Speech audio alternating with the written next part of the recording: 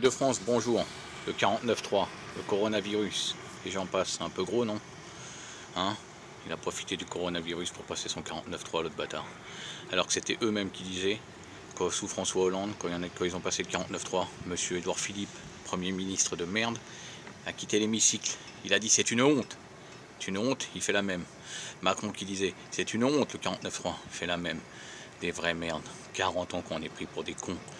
Quand allez-vous porter vos couilles, un peu les Français? Vous attendez quoi? D'être traités comme des esclaves, comme de la merde? C'est ça que vous attendez pour porter vos couilles? Hein?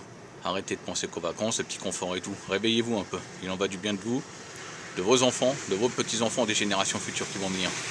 Et maintenant, on nous rajoute quoi sur le dos? Monsieur Erdogan, président turc, qui menace l'Europe, qui dit qu'il va laisser passer les migrants. Moi, je suis moi-même fils d'immigré. De migrés, parce que mes arrière-grands-parents sont venus de Russie pour avoir une vie meilleure en France. Mais bon, ils sont pas venus quand il y avait la guerre. Ils sont juste venus, eux, pour tenter leur chance. Il y en a, ils fuient. Moi, je sais pas si mon pays est en guerre. Si je suis un bonhomme, je vais me battre. Hein. C'est pas grave. On leur pour sa patrie. Non, ils fuient comme des putes, il y en a. Mais bon, on va revenir sur ça. Quand on n'a pas de courage, on n'a pas de courage. Moi, j'appelle le peuple de France. Tout le peuple de France. Toute religion confondue. Toute ethnie confondue. On s'en fout de ça. Notre ennemi, c'est le gouvernement. Et le gouvernement, il se fout de notre gueule. Le 14 mars, pensez au 14 mars. Tous à Paris. Personne dans ces autres villes. Pas de manifestation ni à Toulouse, ni rien. On sait, à Toulouse, vous êtes des fous. Montez à Paris, c'est là. Le combat final, c'est ici. Et c'est le 14 mars.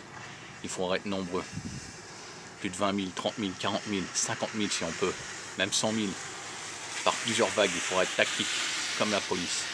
Il faudra des vagues successives. Le matin, il faudrait au moins 3000 personnes qui tiennent jusqu'à 10h30, 11h, midi. Après, ils sont là. Ils s'évaporent comme ça. Après, il faudra les plus radicales, les gilets jaunes et les black blocs s'ils veulent, s'ils viennent aussi. Il faudra 2000, 3000, 4000 personnes prêts à tenir. Même 5000 prêts à tenir jusqu'à 17h. Et après, ils s'évanouissent dans la nature. Et après, troisième vague, celle qui sera restée aux abords de Paris. Ça restait aux portes de Paris. Toutes les portes de Paris, je dis bien, dans les banlieues autour. Allez boire des cafés, promenez-vous. Après, quand l'heure de l'appel sonnera, tout le monde monte sur Paris, partout, par vague de tous les arrondissements.